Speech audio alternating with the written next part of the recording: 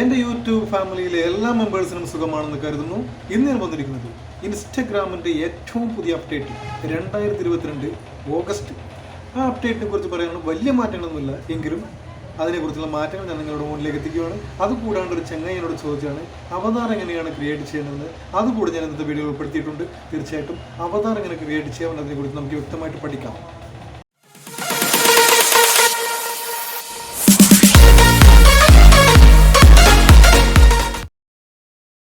ആയാലും ഫേസ്ബുക്കിൻ്റെ ആയാലും വാട്സപ്പിൻ്റെ ആയാലും എപ്പോഴും അപ്ഡേറ്റ് നോക്കുക. അപ്ഡേറ്റ് വന്നിട്ടുണ്ടെങ്കിൽ തീർച്ചയായിട്ടും അപ്ഡേഷൻ ചെയ്യുക.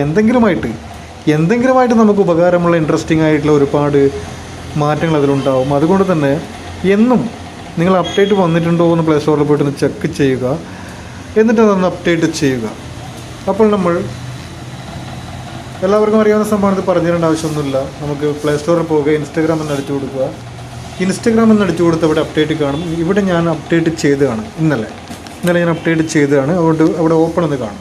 നിങ്ങൾക്ക് അവിടെ അപ്ഡേറ്റ് എന്ന് കാണിക്കും, അതൊന്ന് അപ്ഡേറ്റ് ചെയ്യുക. എന്നിട്ട് നേരെ ഇൻസ്റ്റഗ്രാമിലേക്ക് പോവുക.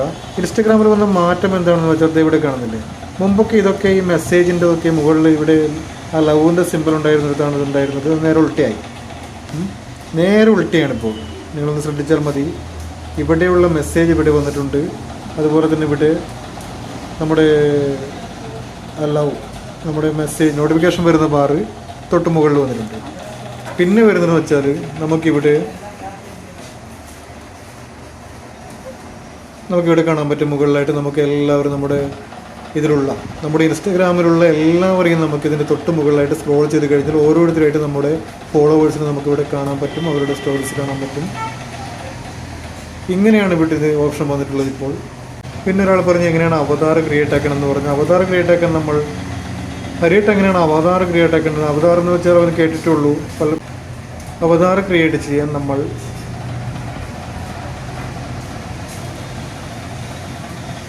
നമ്മുടെ അക്കൗണ്ടിൽ പോകുന്നു, എഡിറ്റ് പ്രൊഫൈൽ എടുക്കുന്നു. എഡിറ്റ് പ്രൊഫൈലിൽ നമ്മൾ അവിടെ ക്രിയേറ്റ് അവതാർ എന്ന് പറഞ്ഞൊരു ഓപ്ഷൻ കാണാം, ക്രിയേറ്റ് അവതാർ. ആ ക്രിയേറ്റ് അവതാറിൽ നമ്മൾ ക്ലിക്ക് ചെയ്യുന്നു. ക്രിയേറ്റ് അവതാറിൽ നമ്മൾ ക്ലിക്ക് ചെയ്യുമ്പോൾ ഇതുപോലത്തെ ഒരു ഇൻ്റർഫേസാണ് വരിക. അവിടെ നമുക്കിവിടെ next you can choose hair styles, outfit more, choose and skin tone. അത് നമ്മുടെ സ്കിന്നിൻ്റെ ഏത് സ്കിന്നാണോ വേണ്ടത് ആ സ്കിന്ന് ടൈപ്പ് നമ്മൾ സെലക്ട് ചെയ്യാൻ പറഞ്ഞു. ഞാനിവിടെ ഏതെങ്കിലും ഒന്ന് നിങ്ങൾക്ക് ഇഷ്ടമുള്ളത് എടുക്കാൻ. ഞാനിവിടെ ഈ സ്കിന്നാണ് എടുത്തിട്ടുള്ളത്. നെക്സ്റ്റ് എന്ന് പറഞ്ഞൊരു ഓപ്ഷൻ കാണാം. നെക്സ്റ്റിലോട്ട് പോകുക. നെക്സ്റ്റിലോട്ട് പോയി കഴിഞ്ഞാൽ ഇവിടെ ഹെയർ സ്റ്റൈൽ സെലക്ട് ചെയ്യാനുള്ള ഓപ്ഷൻ വന്നിട്ടുണ്ട്.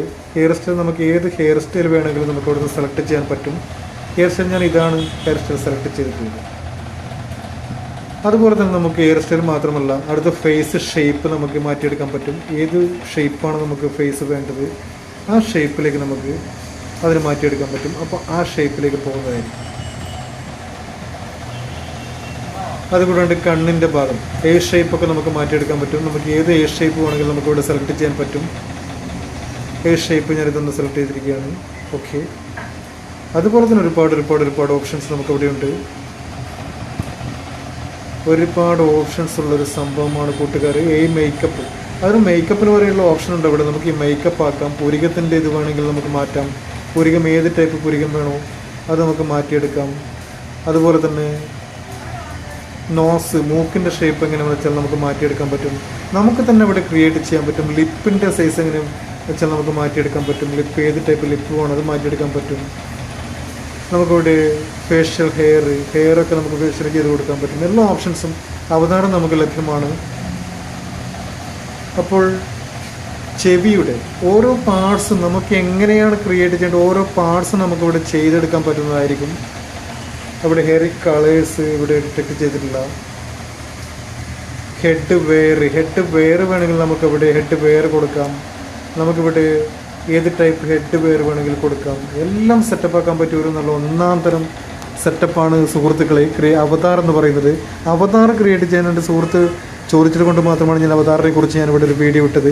തീർച്ചയായിട്ടും ആർക്കെങ്കിലും ഉപകാരപ്രദമാവട്ടെ എന്ന് വെച്ചിട്ടാണ്. അറിയാമായിരിക്കാം, 90% ആൾക്കാർക്കും അറിയാമായിരിക്കാം.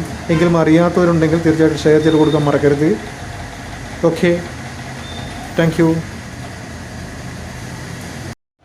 വീഡിയോ ഉപകാരപ്രദമാണ് തോന്നിയാൽ തീർച്ചയായിട്ടും നിങ്ങളുടെ സുഹൃത്തുക്കളിലേക്ക് ഷെയർ ചെയ്ത് കൊടുക്കാൻ മറക്കരുത്. കാരണം ഇതിനെക്കുറിച്ച് അറിയാത്തവരായിട്ടും ഉണ്ടാവാം. തീർച്ചയായിട്ടും ഇതുപോലത്തെ മാത്രമല്ല ഒരുപാട് ടിപ്സ്, ഒരുപാട് യൂട്യൂബ് ടിപ്സ്, ടെക് ഇൻഫോർമേഷൻ സംബന്ധമായിട്ട് ഒരുപാട് വീഡിയോസുമായിട്ട് നമുക്ക് കണ്ടുപിടിക്കേണ്ടതുണ്ട്. അതുകൊണ്ട് തന്നെ ചാനൽ ഒന്ന് സബ്സ്ക്രൈബ് ചെയ്യാനും മറക്കരുത്. സബ്സ്ക്രൈബ് ചെയ്തിട്ട് ബെൽ നോട്ടിഫിക്കേഷൻ കൂടെ ഒന്ന് ഓണാക്കി വെക്കാനും മറക്കരുത്.